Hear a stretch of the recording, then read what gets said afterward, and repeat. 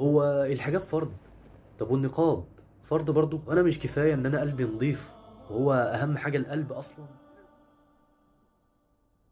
خلينا نقول الحقيقه بكل وضوح، وخلينا متفقين ان الله عز وجل عندما فرض الحجاب هو فرض عندما فرض الله عز وجل الحجاب فهو عشان يصونك وعشان يحميكي. والحجاب ده عمره ما كان قيد عليكي، الحجاب ده هو درعك وسيفك، وامام نظرات الناس اللي حواليك يخلي الناس تعرف انك محترمه وغاليه، يخلي الناس تعرف حدودها معاكي من النظره الاولى. قال الله عز وجل: وليضربن بخمرهن على جيوبهن. يعني تغطي نفسك بطريقه تحفظك وتحفظ كرامتك، مش عشان يقيد عليكي ولا اي حاجه، بالعكس عشان يحميكي ويحفظك. الراجل يا جماعه شهوته في النظر، الراجل شهوته في نظرته، والبنت نفس الكلام، شهوتها في السمع والتأمل، اللي هي تحب تسمع كلام حلو، اللي هي تحب تسمع اللي حواليها يقولوا عليها كلام حلو. الراجل نظرة واحدة ممكن توقعه خالص، بنت أي كلمة وأي مدح ممكن يأثر فيها. وأقسم بالله وأقسم بالله، مش عارف المقولة ديت سيدنا عمرو بن العاص كان بيقولها ولا مين،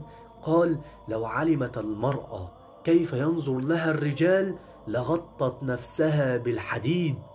انت متخيل الامر عامل ازاي؟ او انت متخيله الامر عامل ازاي؟ بالحديد، مش بالحجاب بس، بالحديد، مش بعبايات وخرق. نروح للنقاب. اما عن النقاب فالعلماء اجمعوا ان الحجاب هو الفرض، اي يعني تغطيه الجسم كله ما عدا الوجه والكفين. هذا هو الواجب على جميع المسلمين. في اشياء بتحصل كده ما بين البنات برضو، اللي هو يبطلون على حجاب، على طرحه، ده ما اسموش حجاب.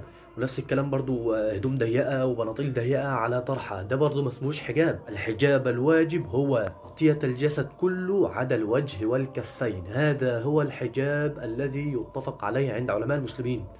اما الباقي دوت ما اسموش حجاب. اما عن النقاب فهو فيه خلاف، في من قال واجب وفيه من قال مستحب. اما الراجح فهو مستحب على بنات المسلمين، لكن الواجب هو الحجاب. الحجاب هو الواجب على بنات المسلمين، ودوت بمجمع علماء المسلمين. والحجاب كما قلت تغطية الجسد بالكامل، ليس بالضيق وليس بالمناطيل الضيقة ولا الكلام الضيق ده كله، بل تغطية الجسد بالكامل عدا الوجه والكفين. ولو لم تلبسي النقاب فهو يعني ايه، ما مش حاجة يعني اللي هي تزعلك، لا عادي.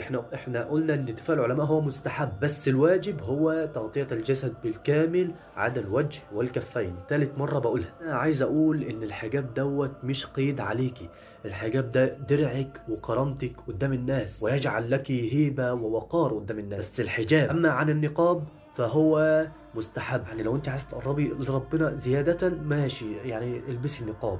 بل في بعض العلماء قال ان هو يعني واجب، بس احنا نرجح المستحب وبس كده. سلام.